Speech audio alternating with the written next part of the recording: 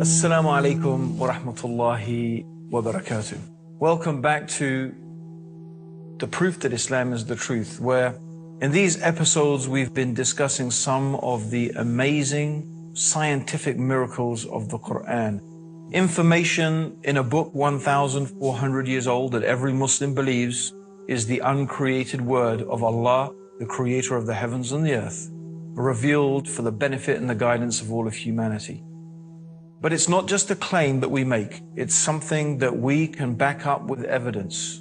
And we believe that for any rational human being, any thinking person who takes the time and takes the energy and takes the effort to look at these evidences and examine them dispassionately will come to know that truly Islam is what it claims to be, the religion that has been revealed by God the Creator for the guidance and the benefit of all of mankind. And in our last episode, we were talking about some amazing facts in the Quran concerning the universe, how the Quran had described the universe is expanding, that the universe has a common origin, and that the universe that we know it as today was formed out of a gaseous mass, and how all of this information was only discovered recently. Let's look at some more verses of the Quran concerning cosmology. One of the verses we want to mention is that Allah is the one who created the night and the day, the sun and moon. Each one is traveling in an orbit with its own motion. Now it's interesting that the Arabic word referring to movement with self-propelled motion is the verb sabaha. And yasbabuna is what the actual text mentions. Now, this implies a motion that comes from the body in question itself. So if it takes place in water, it means to swim. If it means on land, it means to walk. So the implication is the movement is coming from the body itself. So if it was talking about something in space, it would mean to rotate. It would itself rotate. Now, this is amazing. The Quran is talking 1,400 years ago about the earth and the moon and the sun rotating. If you are perhaps thinking that the sun is static, it's not. The sun, as does the earth, as does the moon, they all rotate. Of course, the earth, however, rotates around the sun. The sun rotates around its own axis. So it is actually quite correct, is saying. And of course, the earth is in orbit around the sun. And also, by the way, the sun is also in orbit. But it is in orbit round the center of the galaxy. In fact, it is believed that ultimately, if the sun keeps going in its orbit, it would ultimately end in what is known as the solar apex, a sort of position that it will end up in the center of the galaxy. So what we find here is that the Quran is talking about things that no one could really know this information 1,400 years ago. It is scientifically accurate. The idea of the alternation of the night and the day and of the spherical nature of the earth is actually implied in the 31st surah and the 29th ayah of the Quran. Have you not seen how Allah merges the night into the day and the day into the night? And in another verse, the 39th chapter in the 5th ayah or the 5th verse, the Quran mentions He coils the night upon the day and He coils the day upon the night. And this word that is used in the Quran in the original Arabic is kawarra. Kawarra in its original meaning means the action of coiling a turban around your head. Coiling a turban. So it describes kawarra, how the night and the day coils one round the other. And you can find that description of the interpenetration of one sector by another is expressed in the Quran just as if the concept of the earth's roundness had already been conceived at the time, which is, except for there were a few philosophers who had theorized that the earth was round, but it was not really a generally accepted idea. But it is something that is implied in the Quran, and certainly we can gather this today from our present day knowledge. It's a very another interesting aspect that in one place in the Quran, the word that is used to describe the shape of the earth is the same word that is used to describe the egg of the ostrich. Now, looking at this globe, for example, you may imagine that the earth is completely spherical. But in reality, that is not the case. The earth is slightly misshaped. It is not a perfect sphere, and in fact, slightly elongated, rather like an ostrich egg. So it is incredible also that the Quran is describing that shape of the earth. At least this is a possible interpretation of those verses. Certainly we can say that none of these things actually contradict present modern scientific knowledge.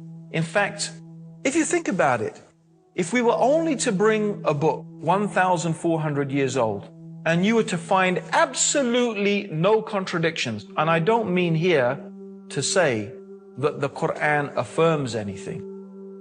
Let's say it doesn't affirm any scientific knowledge. Let's say it didn't even preempt any scientific knowledge. Let's say there was nothing special in the Quran, which of course is not the case because I've spent a couple of episodes showing you exactly how amazing the Quran is when it talks about aspects of the universe and the world in which we live. But let's just say those things were not there. Let's just say there was nothing that contradicted present day knowledge. That itself alone would be remarkable. Because the superstitions and the beliefs that people had 1,400 years ago were remarkable. For example, the ancient Greeks believed that the Milky Way is the band of stars that you can see in the sky. In fact, it constitutes our galaxy. They believed that the Milky Way was produced when a particular Greek goddess was breastfeeding her child, and the child bit her breast and her milk spilled out, and that's how the Milky Way got to be in the universe. That's their legend of how the Milky Way came to be there. Of course, today we probably all had a good laugh at that and how totally ridiculous it is. How come the Quran does not have any stories like that? How come the Quran does not have any fantastical descriptions of the origin of the universe and the earth? We find it doesn't. We find that what it says can be perfectly, easily, and sensibly reconciled with modern scientific knowledge. No. Indeed, many of the verses preempt what scientists have discovered today. Let's look at some more of the amazing statements in the Quran. In the 10th surah, in the 5th ayah, the 5th verse, it says, "It is He," meaning God, Allah, "who made the sun a shining lamp and the moon as a light and measured out their stages." Now the Quran describes the sun as siraj. Now the word siraj means torch, means it's something that generates its own heat and light, whereas the moon is described as a nur. Now a nur means a light that is originating from another source. And of course this is the correct understanding. The moon reflects the light of the sun. It's common knowledge today, but not necessarily so in the time of the Prophet Muhammad. Let's see what one of the respected cosmologists and scientists in the field of astronomy had to say when he was shown some of the statements in the Quran concerning his field of expertise. Professor Yoshidi Kusan, who's the director of the Tokyo Observatory in Tokyo in Japan, and this is what he said: "I say, I am very much impressed by finding true astronomical facts in the Quran. And for us modern astronomers who have been studying a very small piece of the universe, we have concentrated our efforts for understanding that very small part. Because by using telescopes, we can only see a very few parts of the sky without thinking about the whole universe. So by reading the Quran and by answering to questions, I think I can find my future way for investigating the universe. What he's saying is that the one who is writing the Quran, the one who is revealing the Quran, the one who is speaking the words of the Quran, is talking as if he is looking at the whole universe together, as opposed to the scientist who concentrates on observing this bit or that bit of the universe, which is what most astronomers do. Who is it that sees the whole universe altogether? Who is it who sees all things in all places, in all times, except Allah, the Mighty, the Wise? So these are some of the amazing scientific facts, and we're going to move on also to another area that particularly interested me, because when I was at school, one of the subjects that I studied was geography, and a sub-subject of that was, of course, geology. And I do remember when I first read the Quran 20 years ago, and it was reading the Quran that motivated me to embrace Islam.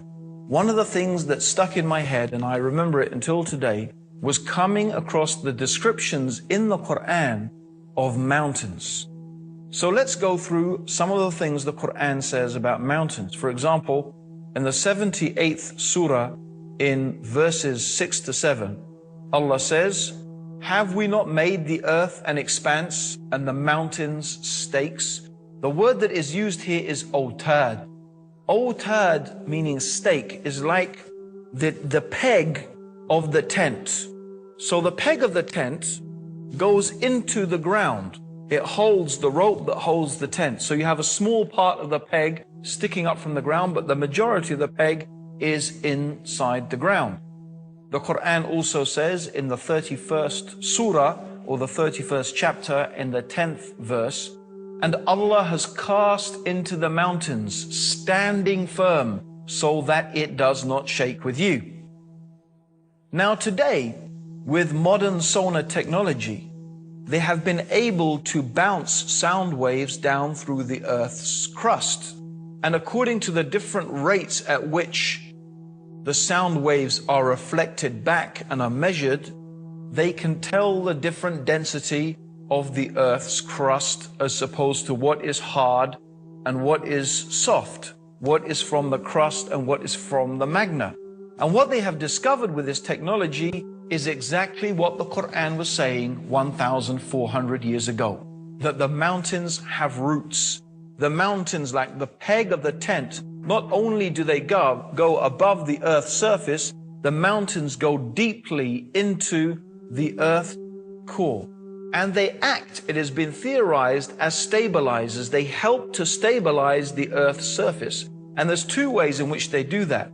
Number one, because the earth is composed of tectonic plates. The crust of the earth is actually made of different plates. And it is the movement of these plates that causes earthquakes. When these plates move against each other, the friction of that movement causes earthquakes.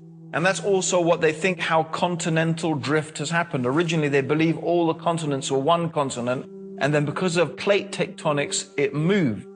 But the Quran is saying is the mountains act as stabilizers. They help to stabilize the earth's crust. And this is something that has actually been theorized by modern geologists. There's another way in which the mountains may act as a stabilizing factor, and that is to do with the rotation. Maybe if you try and spin something, you will find that if it is not really spherical, it will start to rotate, and then it will start to wobble out of shape. And it is possible that the mountains actually act as a counterbalance to keep the Earth's rotation smooth.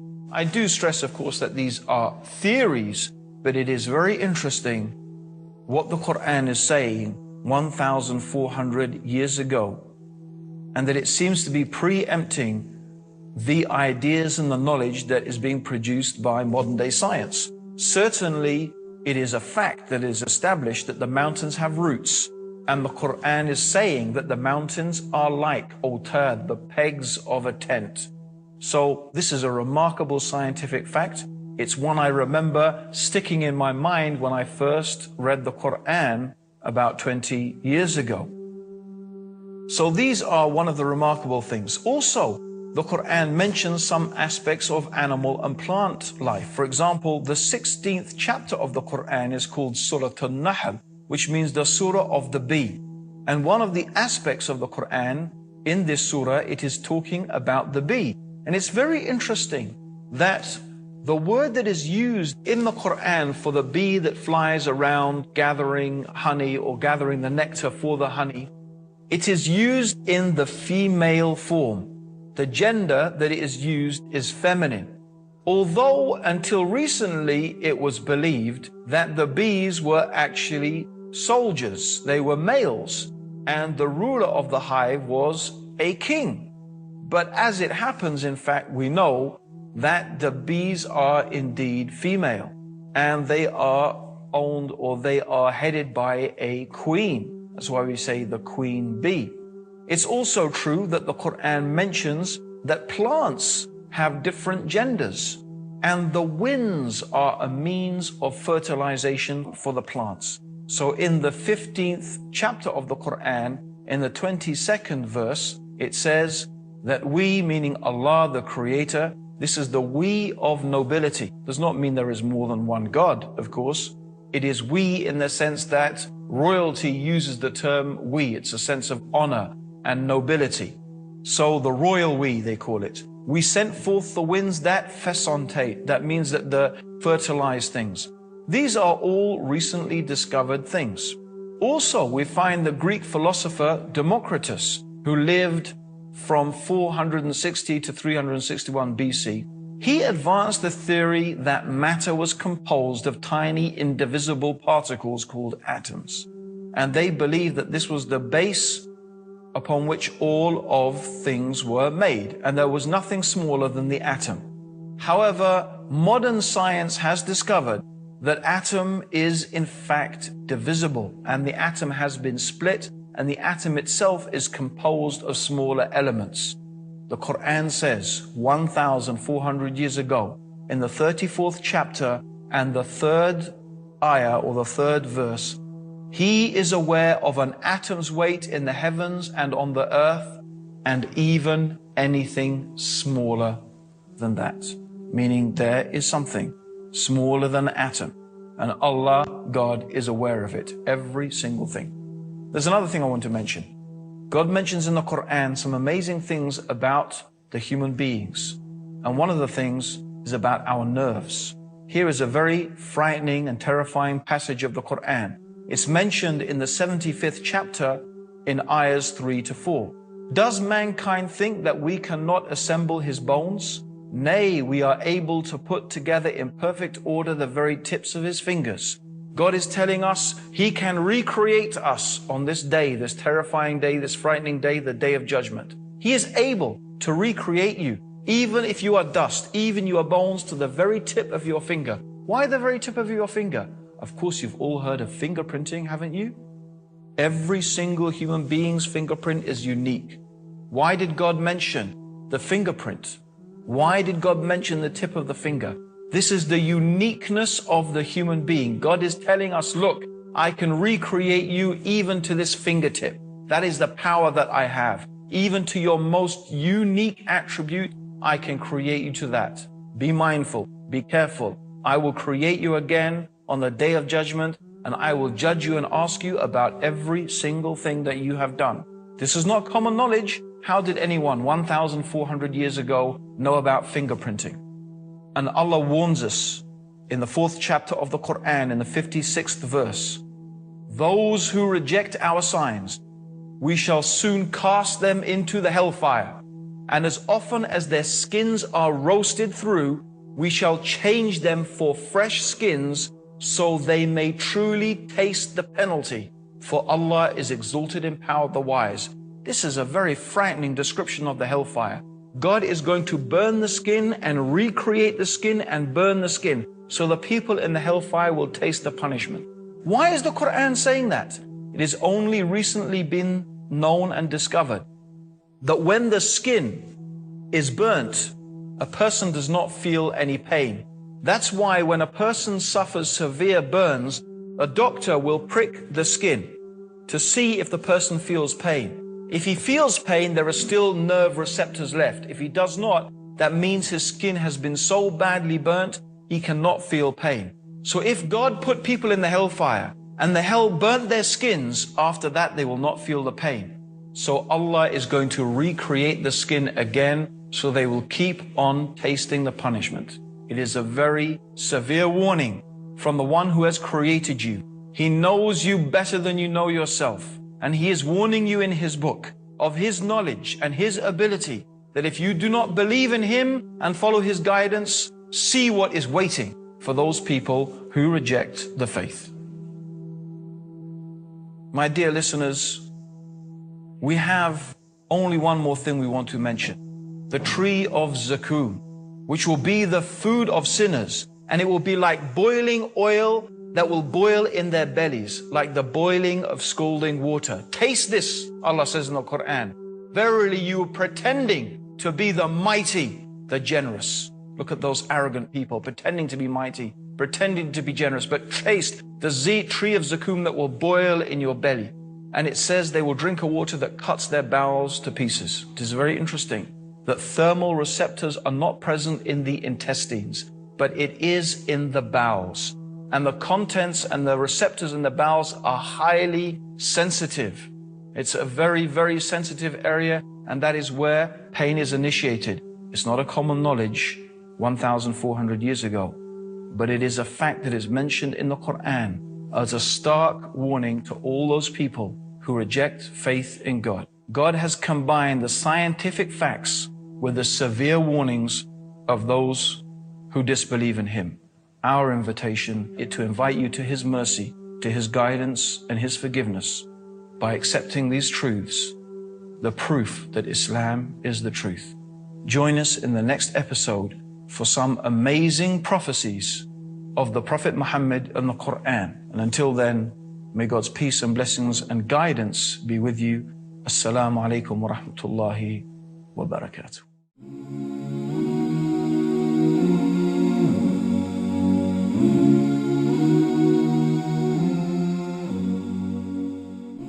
Are you tired of all these annoying ads on YouTube? Are you worried that a haram video might pop up? Well, the One Islam TV app is here to solve these problems, inshallah.